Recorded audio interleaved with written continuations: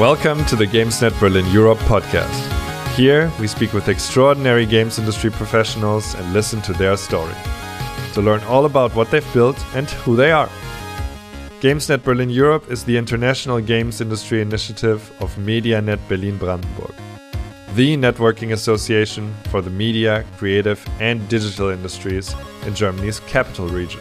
My name is Simon Ohler, and I will be your host for this program. Today, I'm speaking with Rami Ismail. Rami is a Dutch-Egyptian indie game developer and ambassador. He's the co-founder of Vlambeer, the studio with which he developed games like Nuclear Throne and Ridiculous Fishing. He also developed PressKit, a free online tool for indie developers to market their games to the press. He's a seasoned conference speaker and received the 2018 Game Developers' Choice Ambassador Award for his fostering work in international regions where game developers face more resistance. Rami is also a host of the podcast The Habibis. In part 1, that's what you're listening to right now, we speak about Rami's career, his beginning as a games developer and how he started out as a modder in games like StarCraft, how he went to school for games development but dropped out due to ownership issues, how he founded, built and shut down Vlambeer across a 10-year period, and why that was foretold and what it has to do with his co-founder. And also what receiving the award at GDC meant for him and his career. Make sure you subscribe to this podcast to also find part 2 of this episode. In part 2, we go over Rami's personal life, how he grew up between two cultures, how that drives him to bring more cultural sensitivity in the gaming space, and what that means for his next endeavor after Vlambeer has come to an end. Please enjoy my conversation with Rami Ismail. Hello, good day, Rami, and welcome to the show. Hi there. Yeah, glad to be here. Very nice to have you. You are very well known as a indie game pioneer, I would say, speaker, advisor, and Right. Just wanted to get right into it and ask you how you get started as what you are known as and how you landed in this role. Right. I mean, it's kind of a two-part story, right? I wanted to be a game developer when I was growing up, and I wanted to be a game developer because when I was 6 years old or something, my dad brought home a work computer. It was a hand-me-down from an uncle, I think, and it came with MS-DOS, and I was just immediately fascinated by the device, even though I didn't really understand any of it. So after some messing around and learning enough commands, because I didn't speak English, obviously, learning enough commands, I ended up finding QBasic, and QBasic contained a tutorial game called Gorillas, and I played that a lot with my siblings and loved it. And one day I got curious as to what all the letters on the screen were, the code I would learn later, and scrolled through it and found the menu text and replaced that with my name. And I ran the code anew, and now Gorilla showed my name. And the idea that you can change a video game, something that you enjoy, by changing letters on a computer, that idea, I think, took hold in my mind. I love this. And It's amazing. Never let go. Right. Yeah. So that's how it started, and over the next decade and a bit, or 2 decades almost, no, a decade and a half, I'd say. Over the next decade and a half, up until I was about 18 years old, I spent a lot of time modding. I modded StarCraft. I modded, back in the days when games were usually shipped with plain text files that defined units or characters or anything. It was very easy to mod and modify things. So I started by messing around with plain text data files, then got into modding, level editing, eventually got into working on somebody else's game as sort of support, feedback, a little bit of help here and there with actually creating stuff. And then from there, ran some of my own projects. All of them failed miserably, obviously, like way too big in scope. I made every teenager mistake you could possibly think of. Too big in scope, unreliable team, didn't manage to lock down a design or an interesting core mechanic.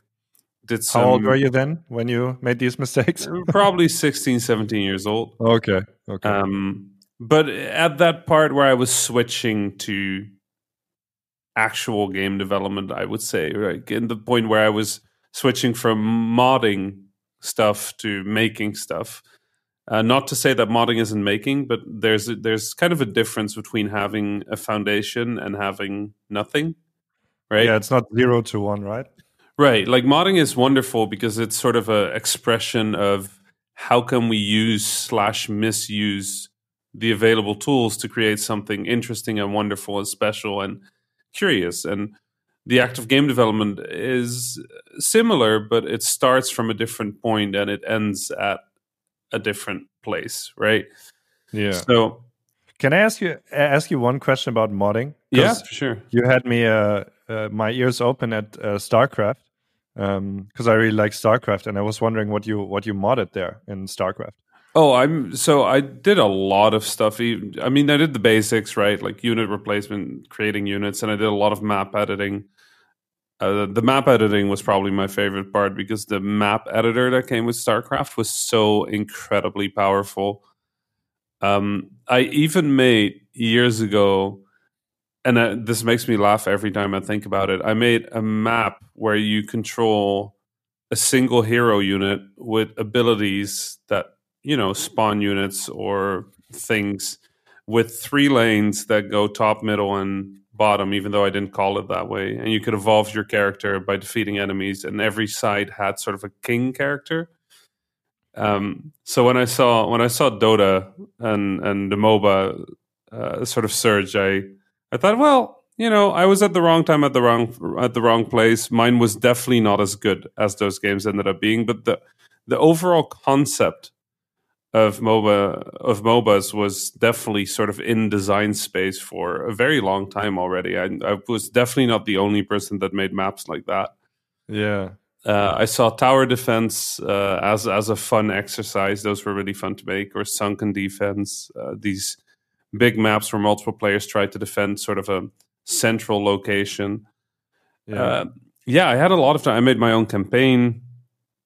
It was fun. It was really Would you fun. say that StarCraft was like as a developer, a foundational thing for you? Yeah, I think StarCraft was. I mean, the games that I remember most messing around with most were Urban Assault, which was this 1995 Windows game by TerraTools, I think, in Germany, and it was this weird mix of a real-time strategy game and an action game. You would build units, and then you could control those units in first person, and I thought it was the coolest thing, but all their data was plain text. So modifying that, making vehicles go like 6 times as fast, trying to figure out how the data structures work. That was probably the game that gave me most insight into how a game was structured, right? The idea of assets being separate from data, being separate from sort of the structures that read them. That was the game that sort of taught me that. And then StarCraft probably taught me about the sort of design that goes into making a level, because up until that point you just go like, oh, you put some bricks in a Mario level and then it's a Mario level. And StarCraft really forced me to think about action, reaction, trigger, response, how players move, what players do, what players know, what they don't know, how to make that fun and interesting. So yeah, I would say StarCraft was pretty big for me. Yeah, I love that game. Yeah, me too, man. It was very foundational for me too, but in other ways, more like economics and like understanding strategy and stuff. So, right. And it was StarCraft 2 for me, but and competitive too. All that was like nice. So. I'm glad for that we can nerd out over that. Back to the story. You're 16, 17. You said you're making all these mistakes. Right. What's happening? What's going on? So yeah, I'm making all these mistakes, and basically I'm learning what not to do, right? Which it didn't feel that great back at that time. I remember I was feeling pretty down about my ability to actually create stuff. But every now and then I would release something that I was happy with. I wasn't proud of it, but it was at least, it felt like an achievement to get it out there. And I was working along these games by another developer that I enjoyed working on as sort of like a sidekick, I guess. And eventually I kind of was presented with the choice, right? I was done with high school and I had to figure out where to go study. And in my research, I found that there were schools that actually taught game design, which was honestly shocking to me. I thought it was more of a dream than an actual career somebody could have. And I will say I was probably also pretty demotivated that I had never come across anybody that was named like me, right? It was all cool English names, but definitely not a Rami Ismail in there anywhere. So it just never came up, right? My dad, being Egyptian, always taught me that I was going to be a doctor, a lawyer, or an engineer. The Egyptian word bes muhandis, which is sort of like a high-ranking engineer. That was sort of my nickname growing up, right? Bes muhandis Rami. So for me, the idea of game development as a career was shocking, but I enrolled anyway. Ended up, some paperwork went wrong. I ended up being a computer salesman for a few years as the paperwork got fixed, and then after a year of being only a full-time computer salesman and doing some game development at night, I enrolled at the Utrecht School of Art and Technology in Hilversum, the Netherlands, and I loved it. It was great. The whole, suddenly you're in a culture of people that are like you, that love video games, that have been tinkering with video games, that have a history with games, that talk about games the same way you do, that think about games the same way that you do. And it was, as a kid who grew up between two cultures, between the Dutch and Egyptian identity, I was too Dutch to be Egyptian, too Egyptian to be Dutch. It was probably the first time I felt home. Amazing. Right. Finding your tribe, a beautiful moment. Right. It was big for me. It was a big moment, and it was something I cherish to this day, that I went to that school and got to know all these people. For sure. And how did Vlambeer come about? Was that at this time or was that later? It was about this time. So the first year of that university was great.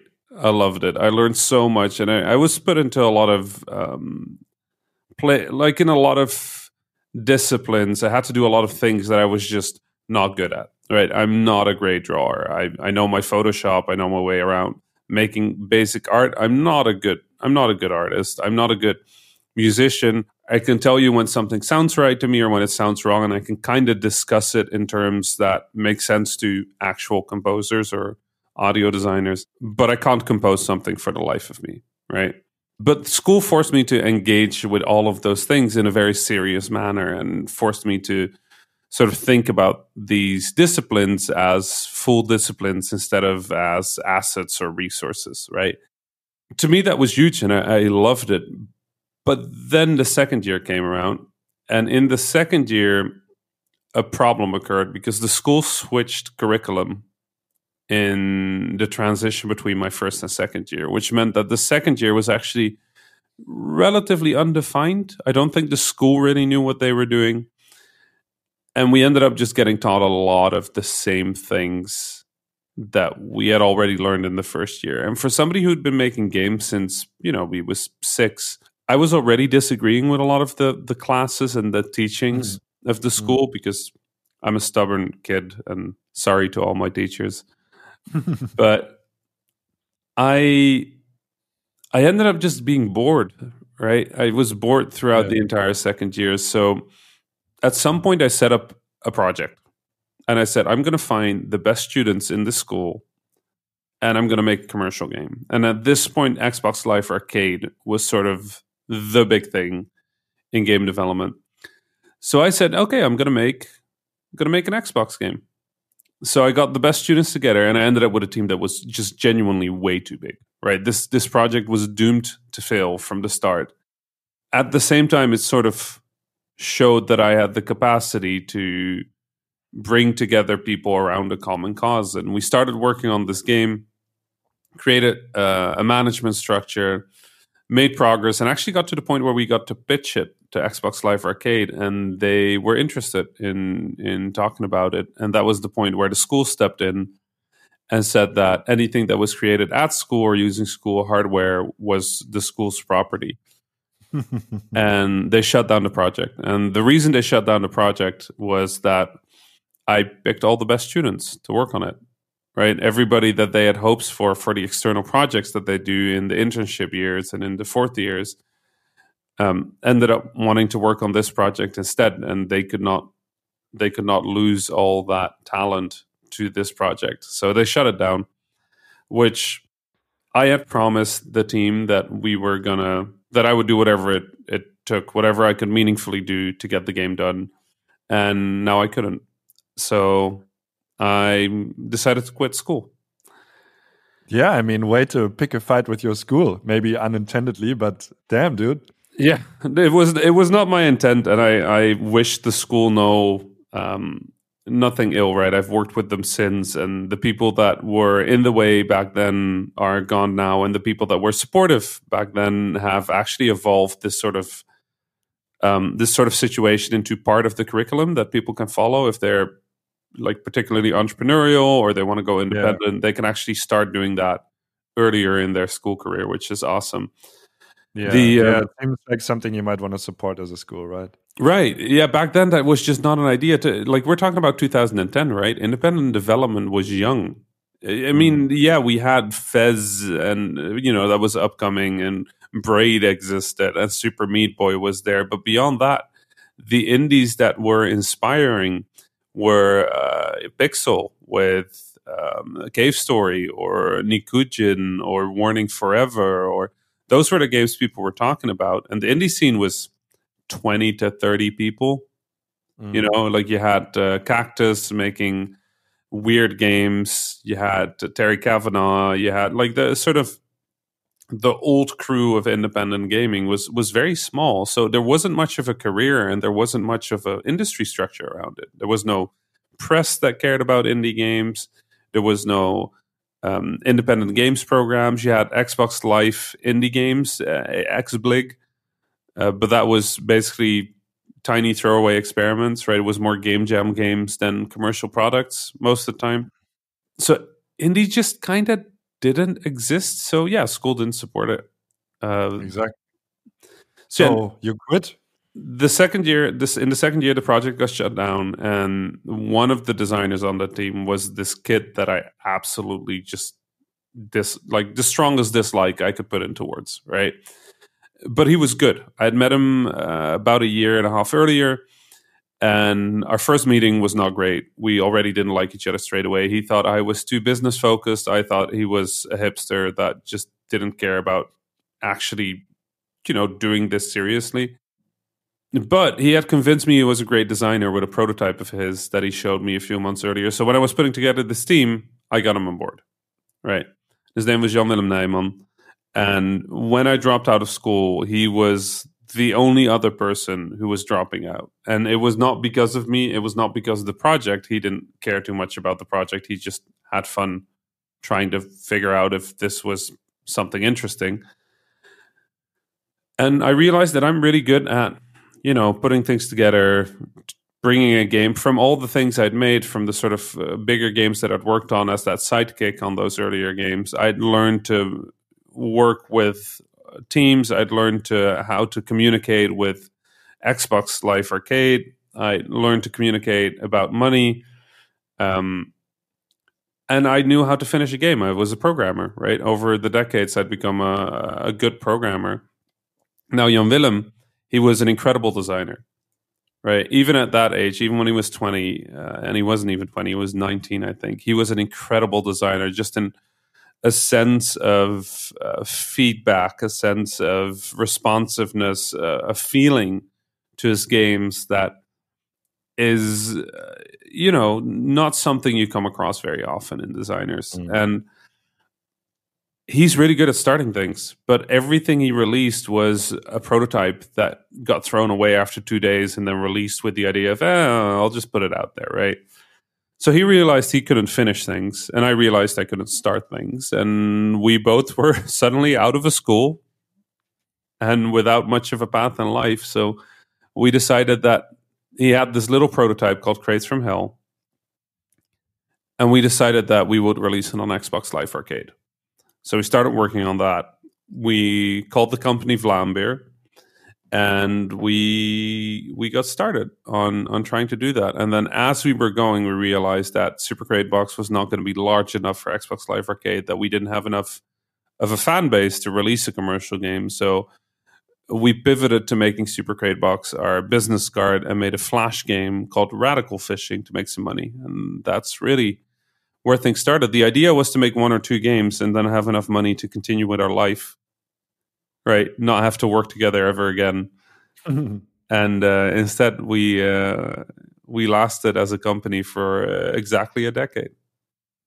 Wow! And of course, you made Nuclear Throne, right? I guess your most well known title. Can we talk a little bit about indie games? You mentioned it before that you started at a time where there wasn't really a space for that. What's well, I guess I kind of know, but I want to hear it from you. What's the state of indie games now? It seems like they're a good bit more important, and it seems like you played a part in that, right?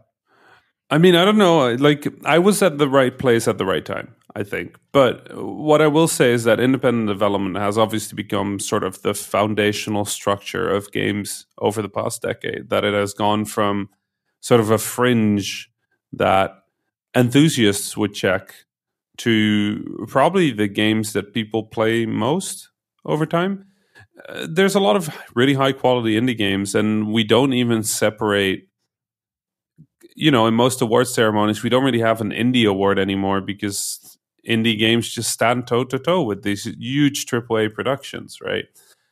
I think what happened over the past decade is extremely interesting in that you had a medium, you had this B sort of, what do you call it, like B games? You had AAA games, B games, and then you had experimental indie stuff, right? That was where it started.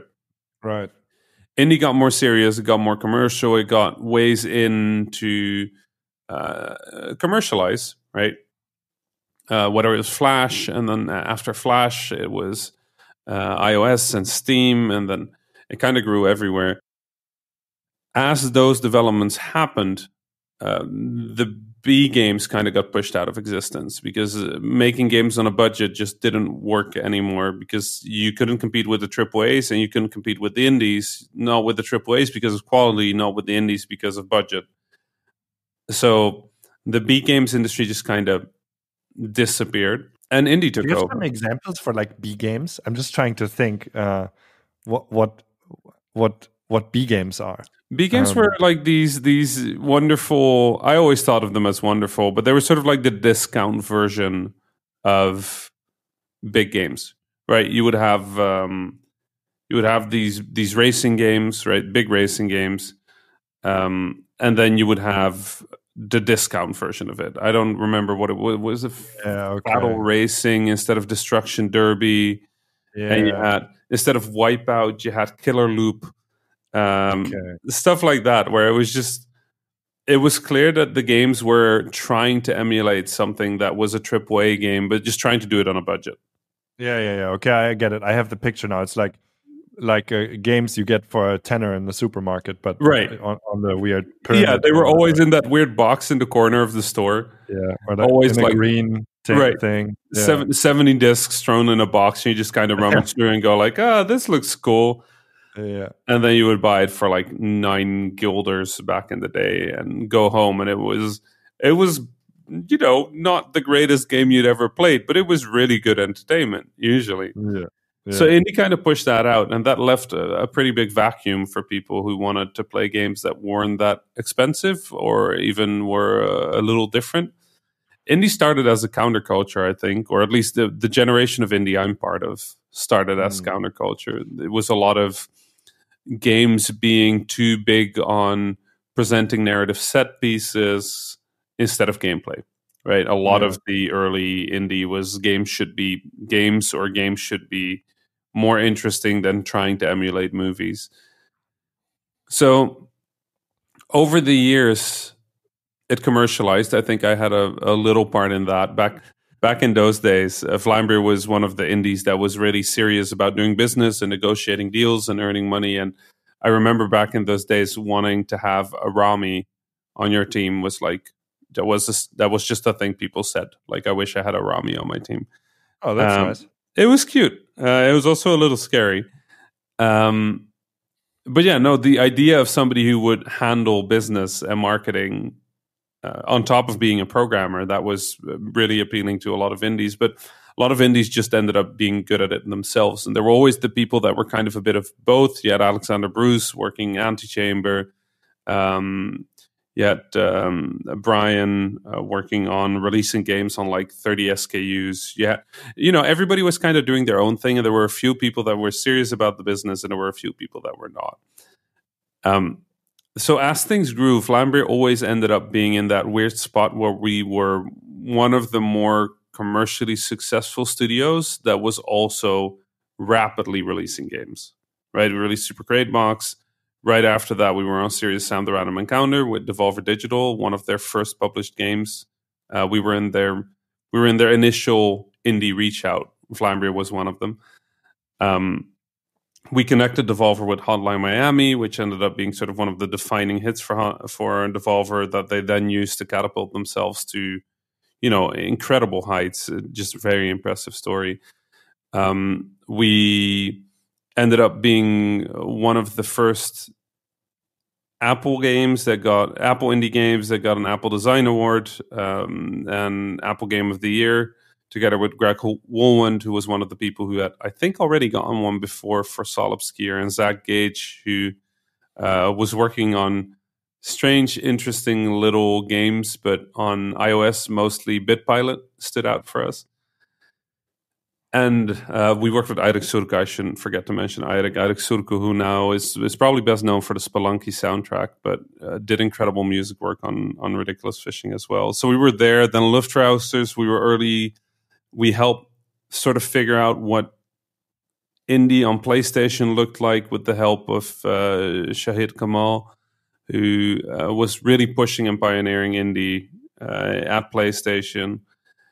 Signed our deal on the back of a coaster for a cup at a bar or a pub, or we were having food somewhere. I think both of us don't drink, so it was not drinking that way, but just like a tea or something. Mm-hmm. And then, from there, Twitch started becoming a thing. Vlambeer was one of the first on Twitch. We were the first studio ever, I think, to sell our game on Twitch, because I hacked. Well, hack is a big word, but I, hack as in duct tape together. I duct taped together the Twitch API with a Steam code release. So anybody who would subscribe to our channel would get a Steam code. So every time things were happening, for me, part of the business of Vlambeer was always to have an interesting business case.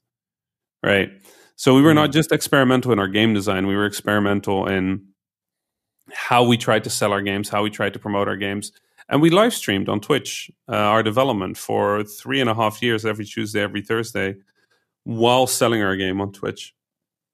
Just deciding that it would be a good idea, to sell the game where people were following news about the game, which ended up defining a lot of that culture as well. So I don't know, certainly unique. That was something that I worked at Twitch for 4 years, and I think your channel always had a unique price on subs. You had like $7.99 or something, and then you would get the game with the sub, and these are things that were totally unheard of for developers, and I'm not even sure to what degree that exists today. But that was so ahead of its time, right? That it was just looking at the channel was like, what, like $7.99 or whatever it was like always stood out. It was good to see. Yeah. So yeah, it's not that, and then in the meanwhile, there were things like I created press kit because I got bored of making press kits, and that ended up being the de facto standard for press kits in the entire games industry. By accident, I didn't mean to do that. I actually made it for myself, and then Phil Tibetowski at Young Horses, who you might know from Octodad and Bug Snacks, was one of the people I was asking feedback from, including, there were people in the press that I was asking feedback from. But Phil said, can we use this as well? And I cleaned up the code and just went, oh, I'll release it for public. And then it became the standard. And I started traveling. I started doing this public speaking thing by accident. And it started as a necessity. I was in the Netherlands and the Dutch Games Press reaches 15 million people. I love all of them, but yeah, that's not enough people to sell games.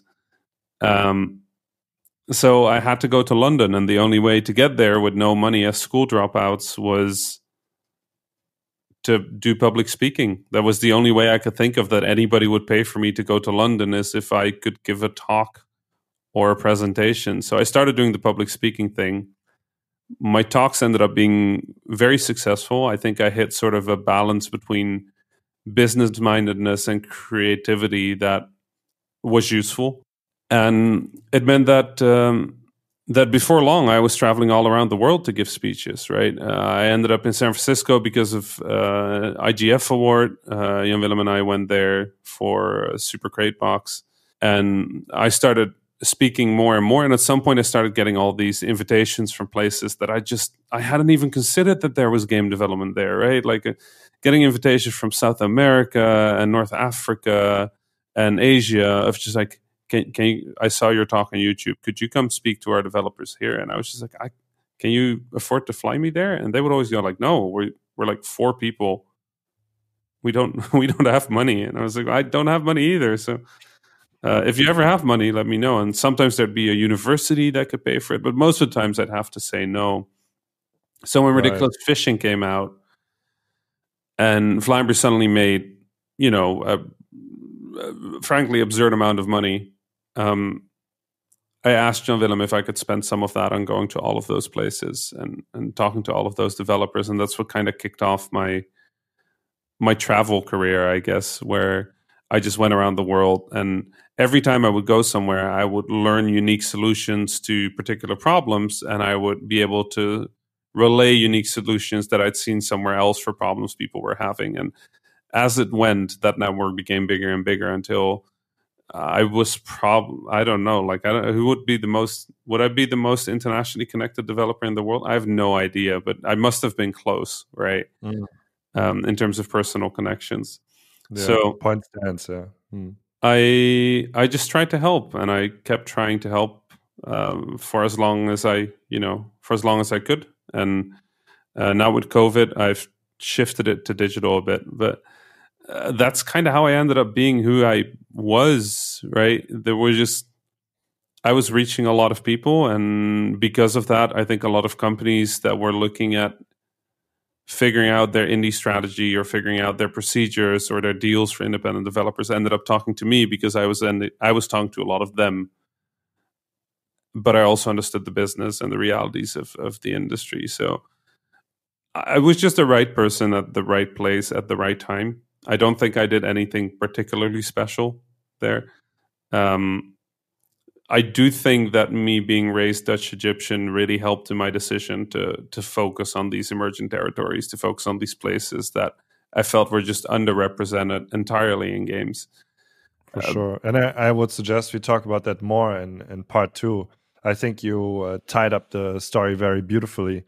And I think it's very inspiring to see.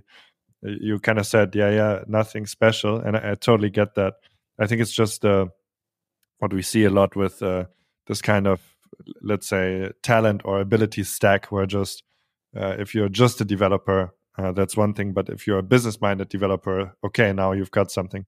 If you're a business-minded developer who can tell a story, now you've got more. And if you are also, like you said, and we will get more into that in our second half, who is particularly interested in let's say, mainstream territories. Now we've got 4 things stacked upon each other that make a very unique mix. And I guess that would be my kind of mirror back to you, my explanation for, that clearly must lead to something, right? So yeah, that would be, thank you for that story first and foremost. And would you agree with my assessment? I don't want to just put it there as an absolute. I think so. I think I think the thing with being a developer is being only a developer will never be good, right? Like you have to be a developer with an interest, and whether that is being business minded or liking art or being into literature or whatever it is, whatever the additional is, I think just being one thing in any creative field will lead to stagnation, and it's a fine place to start. I was a programmer at the start with minimal extra interests, but as you grow, you have to evolve other interests, and I think business is one of them. But again, like Jan Willem, my former co-founder at Vlambeer, he's a game designer, and he was pretty single focus when we met at being a game designer, and he's grown his influences tremendously over the decade. But that is also fair. I think as long as you don't, I guess what I'm trying to say is the most boring games, in my opinion, get made by people who only take inspiration from games,